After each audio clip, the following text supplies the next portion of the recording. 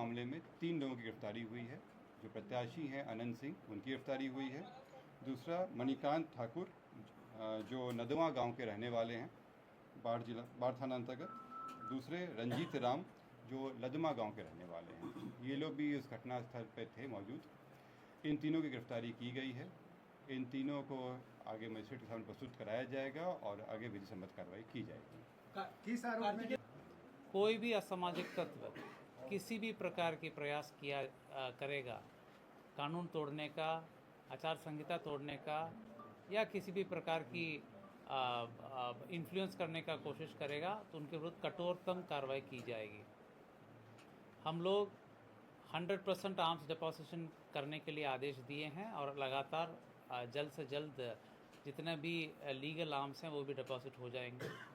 Checking points हर विधानसभा में 50 के ऊपर पॉइंट्स बनाने के लिए निर्देश दिया गया है, जिसमें CAPF के माध्यम से भी चेकिंग कराई जाएगी।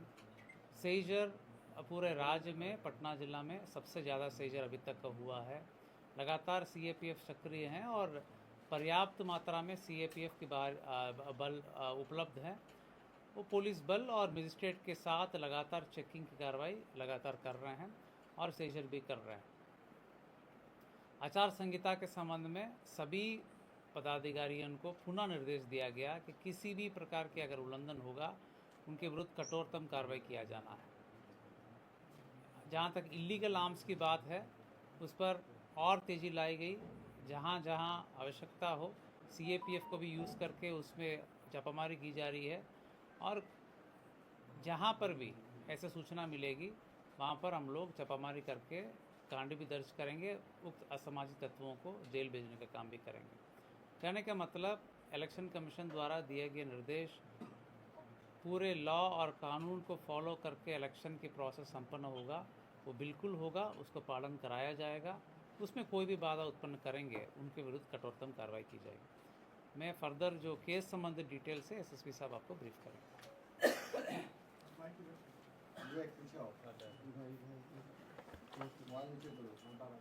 आप लोग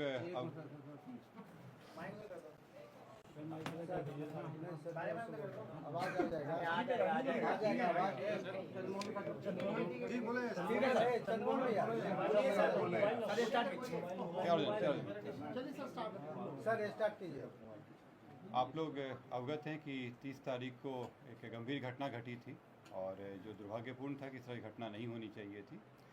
इस घटना में जो तारतर गांव है उसके समीप में 2 पक्षों, जो वहाँ प्रत्याशी थे, वो उन दोनों के काफिला आ रहा था और उन दोनों के बीच पक्षों में झड़प हुई और झड़प में पथराव हुआ, लोग घायल हुए और उसके बाद एक शव बरामद हुआ।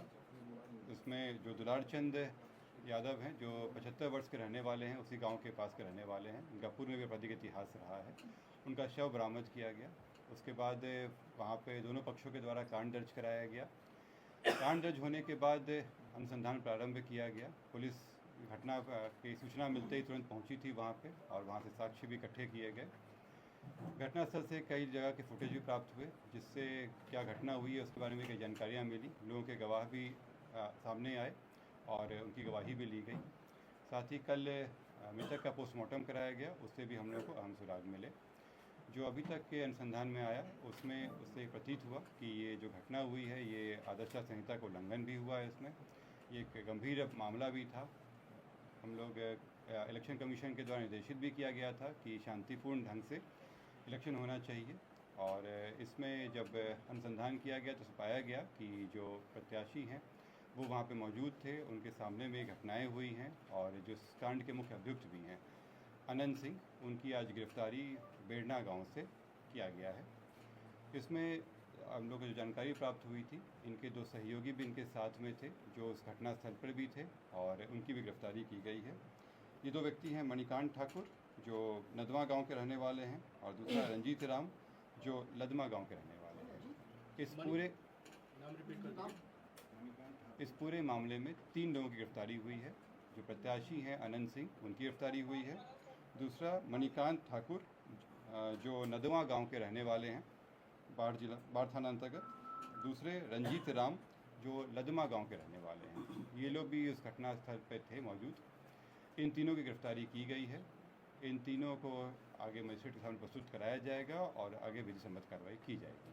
कार्तिकेय जी एक बात जानना चाहते हैं कि पोस्टमार्टम रिपोर्ट में गोली लगने की बात हुई थी, कौन सा आर्म यूज किया गया, आप लोगों को ये पता लगा? गोली चली है तो कौन से बंदूक से चली है?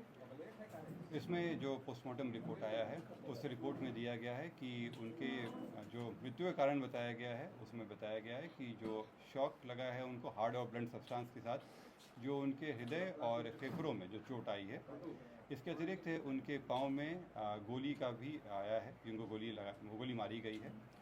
इस दोनों चीज़ों से स्पष्ट होता है कि ये हत्या का मामला है और चूँकि घटनास्थल पे कई लोग मौजूद थे, वहाँ के लोगों के बयान वगैरह से ये स्पष्ट हो रहा है, तो इस कारण इसमें गिरफ्तारी। गोली बरामद हुई? नहीं, इसमें गोली बरामद नहीं हुई है क्योंकि इसमें जो मृतक के पोस्टमार्टम में बचा कि एंट्री वुंड भी था और एग्जिट वुंड भी था। दोनों तरफ से हमला हुआ है, दोनों तरफ से जो आरोप लगे हैं, दूसरे पक्ष में गिरफ्तारी हुई क्या? दूसरे पक्ष में कोई गिरफ्तारी हुई? दूसरे पक्ष में गिरफ्तारी हुई?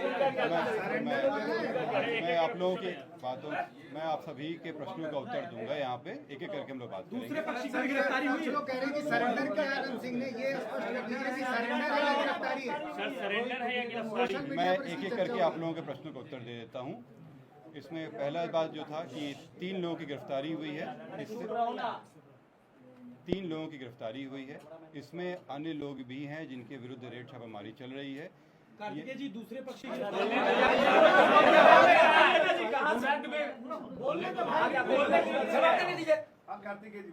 उधर से आके चिल्ला। मैं फिर से रिपीट कर दे रहा हूँ, इस मामले में अभी तक 3 गिरफ्तारियां हुई हैं। इसमें अन्य लोग भी हैं जिनकी गिरफ्तारियों के लिए रेड छापामारी चल रही है, जल्द ही उनको भी गिरफ्तार किया जाएगा। इसमें अनुसंधान जो सीआईडी के द्वारा भी शुरू किया गया है, सीआईडी की एक टीम भी बनाई गई है जो इस पूरे मामले पे अनुसंधान साथ में करते रहेगी और हम लोगों को सहयोग भी देगी। जो अग्रतर अनुसंधान में आएगा उससे भी आप लोग को अवगत कराया जाएगा। जो आप लोग द्वारा प्रश्न किया गया था कि दूसरे पक्ष पे क्या कार्रवाई हुई, तो आप लोगों को अवगत करा दें कि इसमें इस पूरे घटनाक्रम में कई चीज़ें हुई हैं। पहला कि जो आपस में जो दोनों पक्षों के बीच में मारपीट की घटना हुई थी, पत्थरबाजी हुई थी, उसका कारण दर्ज कराया गया है। पुलिस को जब जानकारी मिली थी कि इस तरह की चीज़ें हो रही हैं, उसका भी केस दर्ज कराया गया। इसके अतिरिक्त जो गाड़ियों का काफिला था उस आदर्श आचार संहिता का उल्लंघन था, उसका भी कारण दर्ज कराया गया है। कल जब पोस्टमार्टम के लिए ले जाया जा रहा था तो वहाँ पे भी कुछ शरारती तत्वों के द्वारा पुलिस के साथ भिड़ंत हुई थी, उसका भी कांड दर्ज कराया गया है। इन सभी कांडों में कल रात में कई जगहों पर रेड छापामारी करके कई लोगों को गिरफ्तार किया गया। इसमें दोनों पक्ष के लोग शामिल हैं। इसमें जो पुलिस के साथ हाथापाई हुई या तोड़फोड़ हुई या आपस में मारपीट हुआ, उन मामलों में गिरफ्तारियाँ हुई थी। ये हत्या के मामले में आज ये गिरफ्तारी 3 हुई है। सरेंडर किया है सर या गिरफ्तारी हुई? कहाँ से गिरफ्तारी हुई? जैसे मैंने स्पष्ट कहा है कि ये 3 गिरफ्तार